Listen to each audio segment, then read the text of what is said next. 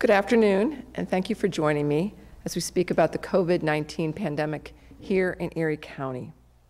Today, we have 2 new confirmed positive cases in Erie County, which brings us to a total of 29 positive cases of COVID-19. We have 739 who have tested negative. The 2 individuals that we're speaking of today are both in their 30s. And to follow up from yesterday when we talked about 4 positives that had come in that late in that day, those 4 people from yesterday are all in their 50s. Investigations continue by the Erie County Department of Health on all of those open cases. The state numbers, again, are staggering today.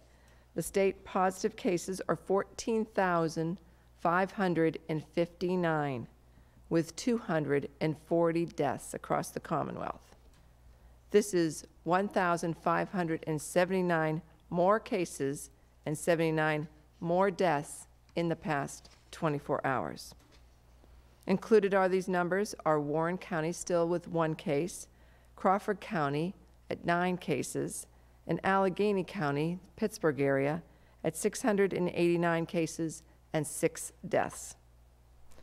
More information from Crawford County can be found on its website, crawfordcountypa.net. And they have also established a Crawford County, PA COVID-19 informational Facebook page, and the commissioners in Crawford County has set up a COVID-19 informational line, and that is 814-373-2504. Again, the number in Crawford County is 814-373-2504.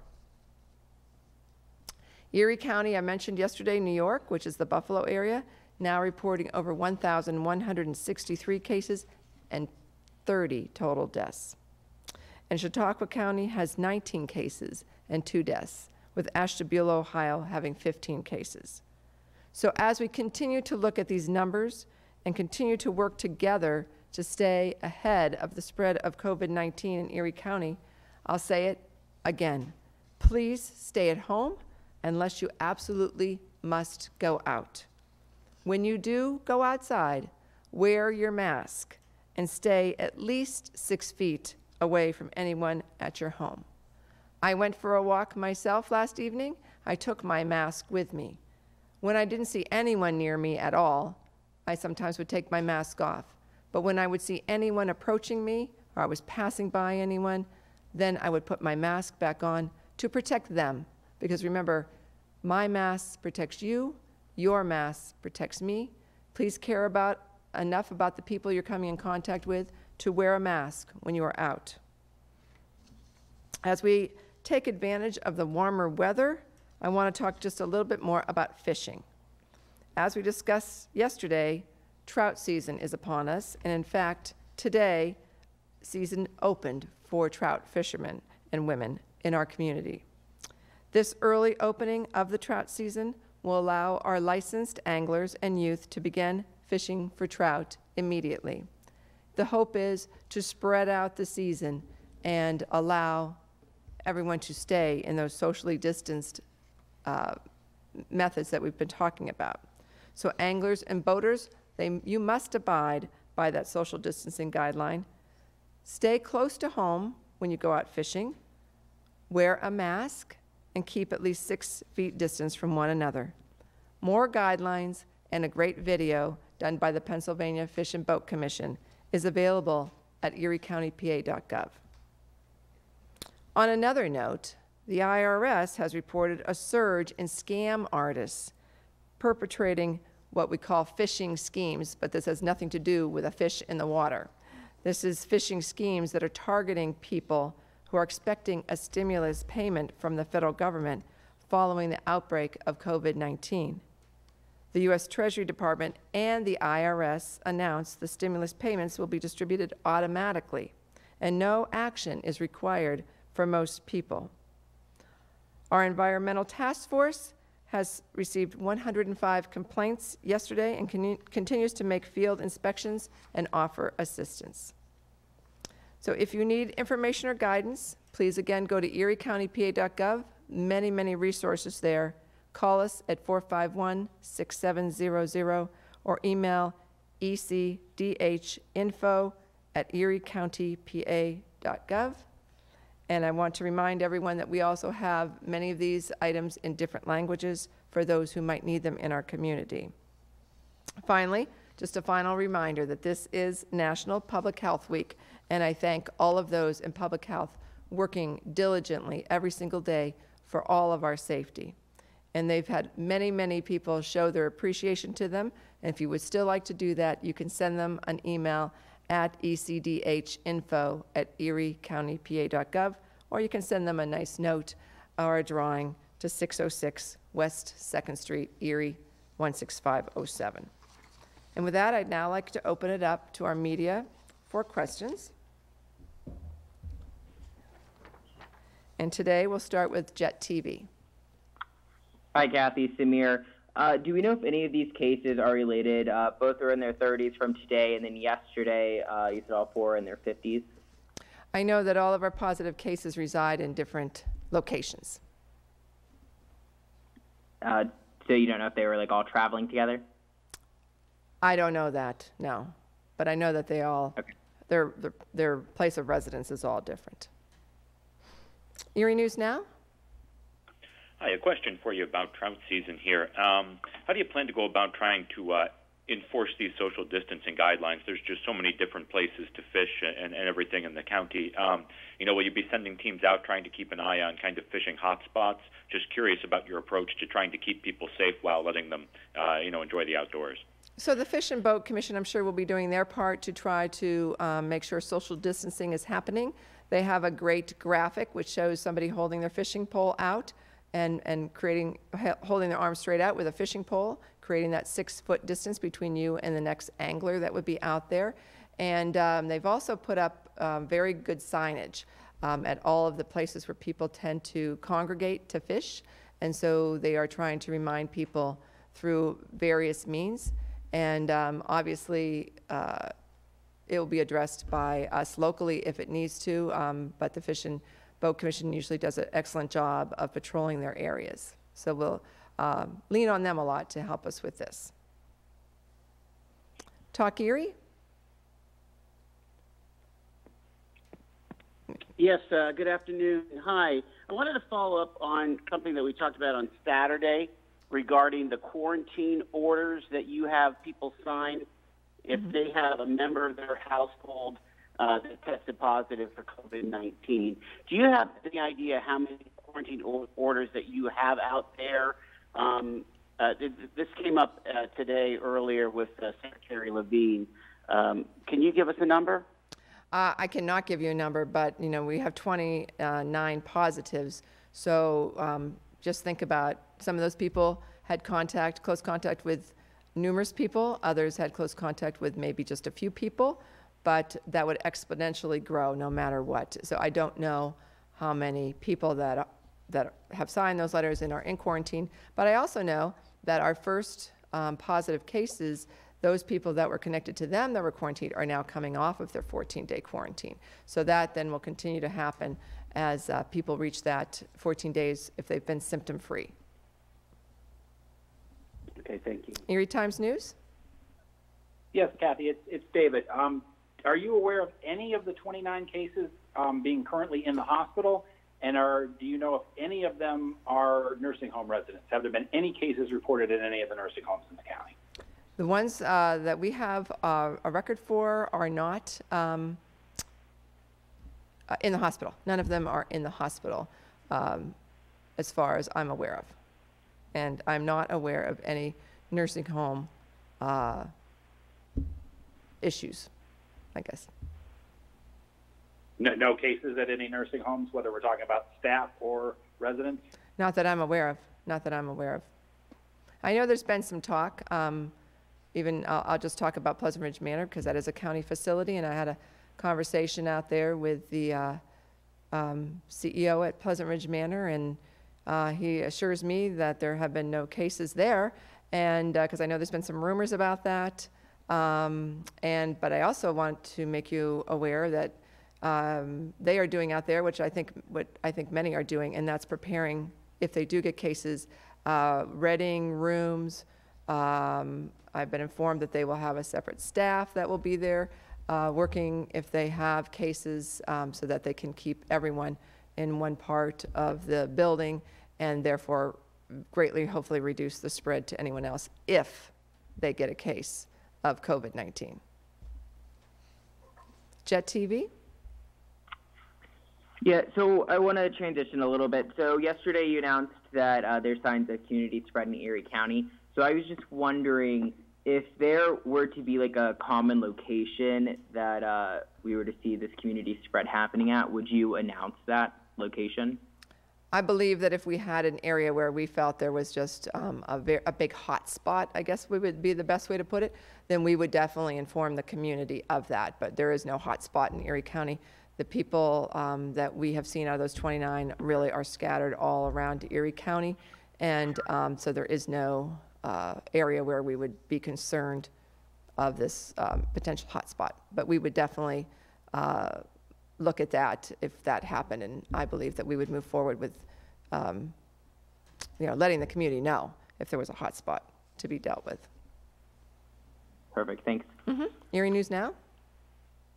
Hi, a question for you we've got from a handful of viewers wondering about, is there anywhere they can go? Is the county looking to help people if, say, they have to quarantine or self-isolate, anything like that, but they're not in a situation where they have an extra bedroom in their home, where they have a bathroom that can be used just for them? Is there any way for them to get away from the people they love and reduce the risk of infecting them, or do they kind of have to stay home and just try to make the best of it? No, we do have contingencies for anyone who becomes positive that does not have the ability to isolate. So there's a difference between isolate and quarantine, and isolate would be for the person who is positive. We definitely want them isolated away from anyone else in their home and, of course, the community as a whole. So if they're not able to do that because of their living situation, too many people in the house, not enough bathrooms, not enough bedrooms, those type of situations, then we would be able to accommodate them. And so that is something we've been working on since the beginning, and we have those facilities ready to go if needed. But we haven't had that need yet. Talk Erie? Yes, could you share the status of those two hotlines that you set up, the community helpline and also the rumor line? So we've had lots and lots of calls, I give you the numbers many times on our, what we call our enforcement team. Those are the kind of calls that are coming through the 451-6700, but there's many other calls coming through there of people who need guidance. Maybe they're feeling ill, they're not sure what to do, send them on to their healthcare provider, and people have just a multitude of questions. The same with the rumor hotline, although we found that some people are calling that number when they really should be calling the 451-6700. The 451-6700 number is monitored 24/7. It does have a call service, and if there's any type of call that comes in on the weekends and during the night that need to be addressed, then the staff at the Erie County Department of Health come in and address that. Versus the rumor hotline is only a Monday through Friday, mostly a work hour call line. And those all go to just like basically an answering machine. You leave a message, and then we have an individual who checks those a few times a day and then routes calls where they need to be. So the rumor hotline was really more about trying to find out things that aren't urgent at this moment. And so we've had numerous calls on there, but we're evaluating whether the rumor hotline is necessary or not. And I'll probably have an answer with my team by the end of the week, because we find some of the calls are just overlapping, and many of the calls are actually going to the 451-6700 number anyway. They're transferred to that staff of people that are staffing that other phone line. But I don't have a number of the calls, because there's been many calls. Gotcha. Real quick follow-up. You had mentioned back on the 26th about the community chat line. Is that that 273-7007? Is that something that's being handled by another agency other than the county? Erie County Care Management and the team of social workers and are manning that number in conjunction with my Department of Human Services.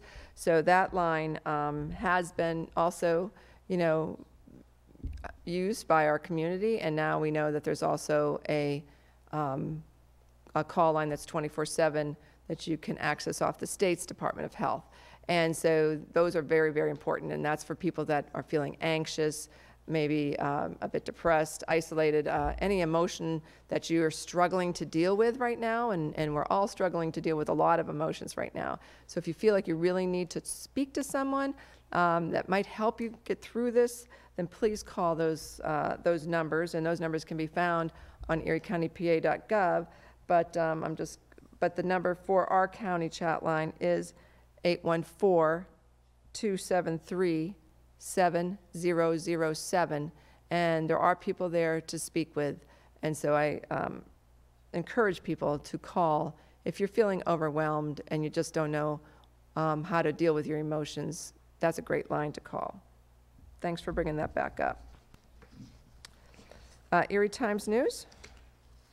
Yes, Kathy, could you break down the 29 positive cases by race, by sex, and by age?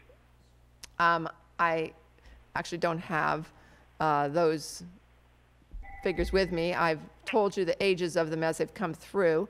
We have not revealed the sex nor the race of any of these individuals. You did ask a question, David, yesterday about gender, and if we see this greater numbers in males than females. And as I said yesterday, 29 people really isn't large enough to do a true look at those and see if you see a trend. So we did look at the state numbers, and actually what we saw was 50% of the state cases are female. So, I think it's sort of a myth maybe out there that this hits men more than women, but we're certainly not seeing that here in the Commonwealth. In fact, it's fairly even, men to women.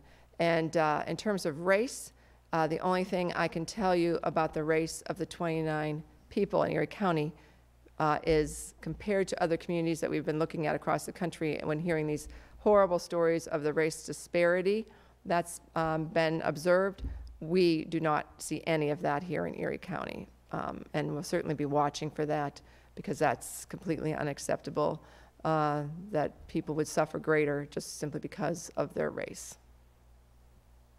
So what you're saying is you're not seeing the disparity, but you're not going to provide the specific numbers on the 29 cases. I don't even have those. I don't even have the race of those 29. But I did talk to my team about this issue, this greater issue that we're seeing across the country, and they're not seeing any racial disparities. And you have to remember, we don't even have anyone hospitalized, and we've had no deaths. And I think what they're seeing in some of these other places is when people become hospitalized, and then, of course, the death toll being much, much greater for people of minority status.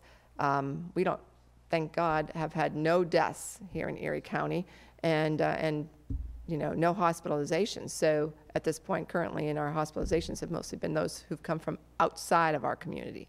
So I feel very good about where we're at right now. Let's keep it there. What we're trying to do constantly is save lives in this community. And that's for everyone. Doesn't matter your race, your gender, your age. We're trying to save everyone's life. Erie News Now? I'm sorry, Jet TV was next. I'm sorry, Jet. Yeah, hi. So I want to talk a little bit about food. Obviously, we know that is life-sustaining, and some people, farmers, might be growing or planting. So I know I've spoke to a couple people who are saying they can't get proper planting equipment or garden or plants to grow a garden, etc., due to the centers being closed or departments being closed, not receiving a waiver. So is that something you've thought about appealing yourself to the governor?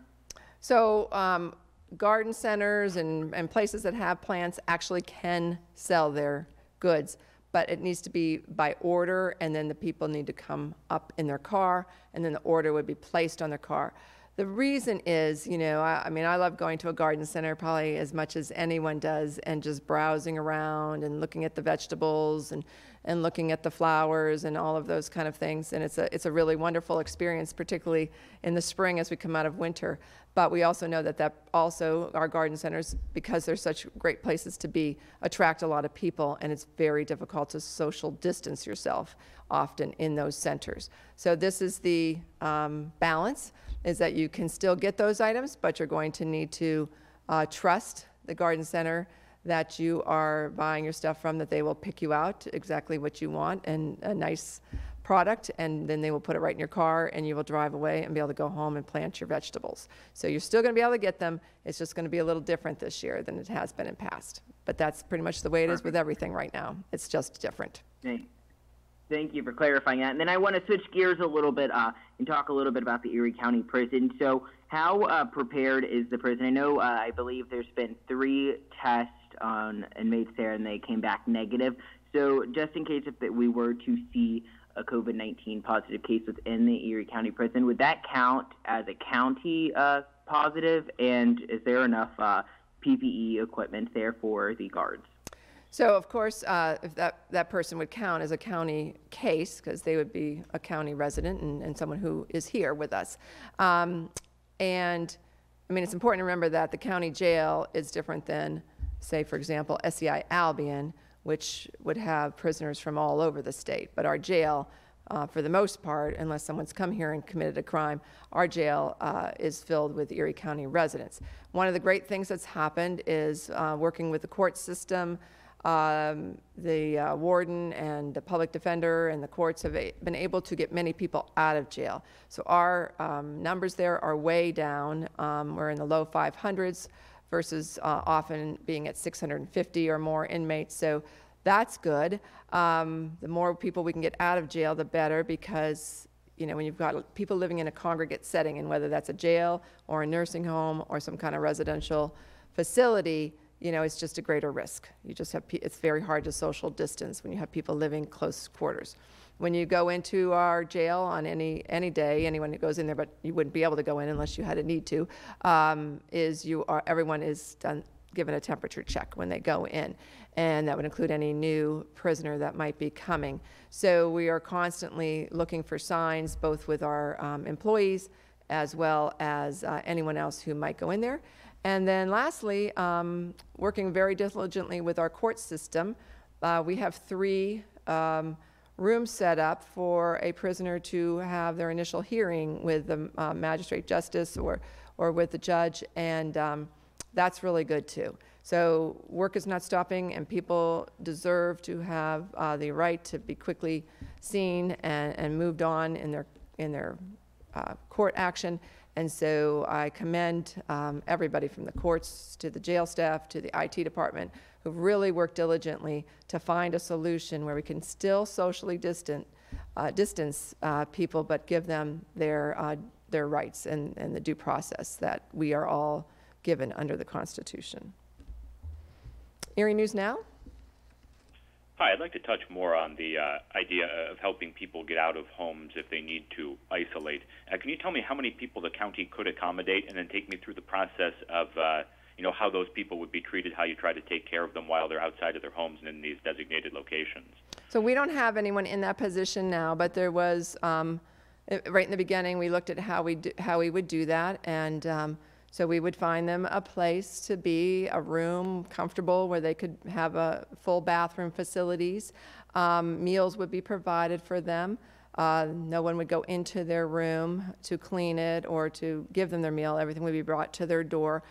Any needs that they have, whether it be medicine or, certainly food, all of that would be delivered to them and then left at their door, and then they would take it from there. There would be constant checks with them from the health department staff, and they might even need to talk to somebody, some kind of a counselor or social worker, if they're struggling being alone, which we know would be very hard for many, many people. So that's the kind of care that we would provide to try to make it as comfortable as we can, knowing that they're not in their oon home. And I'm not sure about, I don't know how many we have up and ready, and but I know that the contingency is what we're planning now, and what the staff is doing in many ways is planning for worst case scenarios in all sorts of area. And this would be one of those places. And as we would see numbers increase, if we needed to do that, then we have plans for how we could expand that out, if that makes sense. Thanks. Talk Erie? Yes, ma'am. I want to go back to unemployment. With the public library being closed, that would be the typical place where a lot of initial claims would be made on those public computers for those that don't have internet access or a computer at home. Do you have any guidance for the many Erie County residents that are unemployed and don't have internet access? The phone call, the 888 number for initial claims is nearly useless to the state. This is a really, really difficult part of what people are struggling with, to not have the technology that we need. You know, I talk about, you know, going on our website, and yet we know that there's many people who are not connected to the internet. Either they don't have the ability to connect because there's no, you know, fiber to their home, or they don't have the funds to be able to connect and pay the cost of internet, or they don't even have the equipment that even would allow them to pay for the internet. So there's many scenarios. So we're working to try to do what we can. I know many of the schools have passed out pads or laptops or whatever to their students.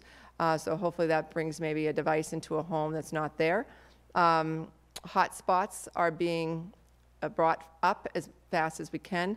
We're looking to make all of our library branches a hotspot so people could pull up into the parking lot and access the internet. They would have to have a device of some sort, of course, to be able to do that. But the issue is we have to get antennas that will allow us to do that. And because everyone else is looking to do the same, those supplies, those pieces of equipment are very difficult for us to obtain. So we're working on it, and we're trying to find a source for some of these things that will help our community as a whole. My understanding is we're working with one of the large cellular providers to obtain hotspots that would be given out to teachers and administrators in the school districts, because we probably have some teachers who even live in homes where they don't have fiber to the house. So they may be struggling to even do the instruction that they need to do from their home because they don't have connectivity in their own home. So there's just a myriad of issues. This is just one more of the many, many issues that my team is trying to assist with. Yesterday, I was on a phone call with the superintendents of the Erie County school districts to see how we could assist them with some of the struggles that they're having. And so we really have a great team, but we're all constrained by the resources that we can find and the resources that we can bring in today. And that's been a challenge for us. Erie Times News? Yes, Kathy. State Police put out a couple news releases today about warnings that they have issued throughout Troop E, which I know is not just Erie County, but it includes Erie County. They had 8 business warnings just yesterday, and then 3 warnings last week for groups or individuals. The number of those, is that a concern to you? Does that jive with what you're seeing as far as there are still businesses and groups that are not complying with the stay-at-home order? Well, it concerns me because people are not complying with the stay-at-home order and the social distancing mandates. But I don't know where the Troop E's cases were, but I imagine many of them are actually not even in Erie County because we have such a strong enforcement team through the health department, because we have a health department, and they are taking many of the complaints and many of the concerns in our community, and we're dealing with them internally with county law enforcement, whether that be the sheriffs, the detectives, the probation officers, as well as enforcement individuals from the health department. So that's happening. I think we probably have one of the best enforcement operations of any community near us, because of the staff that we have, and we jumped right on that, and we created this really great team who fields complaints. As you could see, sometimes, I mean, overnight, I forget, we had a lot, like 70-some complaints come in. Some of them aren't necessarily that we have to go out and follow up. Some of them are just a phone call, and then we can find out maybe this business is allowed to be open, and then again, we just help them be compliant. And is it still reached the point where no one's been cited for this? No one has gotten to the point where they have been taken to a place where they are going to get any fines or any court action. So we've only really had 1 or 2 businesses who kind of fought a little bit on this, but eventually within a day or 2, they did the right thing. So the businesses are being compliant. And so we continue to work on that. But, again, if we have a business that's not, there is always that opportunity. I mean, I don't want to say we want to do it because we don't. But we don't want to really hurt businesses. They're already hurt enough. We're trying to just get everyone to do the right thing so that we can stop the spread of COVID-19 and eventually get ourselves back to normal and back to opening up all of our businesses. But we'll never do that if we don't all work together. And we need our businesses to cooperate. And the vast majority truly are. Jet TV, do you have any last questions for me? Yeah, really fast. I want to backtrack to the prison stuff. So are guards there allowed to wear PPE if they want to while they're on duty? So we are providing personal protection equipment to our guards, to anyone who's having close contact with people and is in that kind of frontline duty. So yes. Got it. And then my last question, I don't know if you could even answer this one, but I've noticed a lot of comments just wondering how long or how quote-unquote new are these COVID-19 cases. Do we have a ballpark estimate for how long it's taking to get these testing results back? Well, very interesting that you would ask that because we had a discussion about this today, and this is really frustrating for us, and I'm sure even more frustrating for the person who's been tested. Some tests are coming back in less than 24 hours. Other tests are out there for days, and we don't see any rhyme or reason. It's not one system versus another, one lab versus another, and I'm hearing this not only here, but really across the Commonwealth, and I'm not sure about across the nation, but it is one of the things that's really holding us back from even doing better work than we're already doing. If we could get those tests back even quicker, then that person would know for sure, obviously release their anxiety one way or the other. If they're positive, get them, we already have told them they should isolate themselves, but get everyone else quarantined that's been connected with them. And so that is something that would be great if we could get these tests back within 24 hours, but we're not seeing it and we have no control over it. We don't do the testing at the Erie County Department of Health. It's all done by our healthcare providers and the labs that serve them. Erie News Now, do you have any last questions for me? One final one. Any luck tracing either the cases from yesterday or the cases from today? I know you said you're still working through it, but have you ruled out community spread on any of those cases? I don't really have any further information than I gave you. We know we have some community spread. It's certainly not widespread like you see in some other communities I've spoken to, but we know that we have a few people we just can't figure out exactly pinpoint, was it a positive, was it travel related, and those are the ones, of course, that concern us. How did they contract this? And that's what, even makes me more decide to wear my mask, which I've been wearing, as I showed you. I wore it in here today, and I'll continue to wear it. Wash it at night, keep it clean, and I have a bandana in my car just in case I forget my mask so that I can wear that when I'm out and about. And that's what we need people to do. We need people to stay home, wash their hands, wear a mask when you're out. Everybody needs to do what they need to do to protect themselves and then to protect those people they come in contact with, because we do know somehow people are picking up COVID-19 and they don't really know how they did. Talk Erie, do you have any last questions for me? No, ma'am. Thank you. And Erie Times News, do you have any last questions for me? Yes, Kathy, one last one. So 29 cases, none of the Erie County ones have been hospitalized.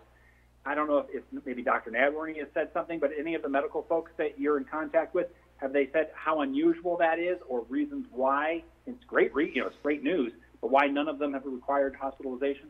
Well, it's interesting because many of our people have skewed to the younger age. We've had, we have a teenager, we had a number of people in their 20s, a number of people in their 30s, even the 4 people in their 50s. They're younger than me, so I think that's pretty young. We've only had a couple people in their 80s, and that's of course the age that we really start to get concerned. And we had one in their 70s I think was yesterday's numbers too. So it's interesting, and I don't really know why, but I guess it's just the people who maybe traveled and brought COVID, back into our community, and then other people had connections with them or had with somebody else who had COVID somewhere. And so I think the younger population of our positives is probably one of the main reasons. But let's hope we can continue to protect our seniors. I can tell you I've gotten some really great notes from people. Just yesterday, I think, or over the weekend, I got a nice note from a couple who came back from Florida, and I think tomorrow may be their 14th day back, but they did what we had said. They quarantined themselves. They drove straight through, they said, so they wouldn't stop and stay anywhere overnight. They came home to Erie. They quarantined themselves in their homes, not seeing their family. They showed great pictures of the grandkids outside the window on the grandmother's birthday the other day, and that's what we need everyone to do. So the more people can do that, I think they will protect themselves. Obviously, most people who go to Florida for the winter are at least retirement age, and they know that they are in that higher risk age. And I think that could be another reason is our seniors are really doing what they're supposed to be doing. Even when I go to the grocery store and I see who has masks on and who doesn't, it tends to be older people who have the masks on.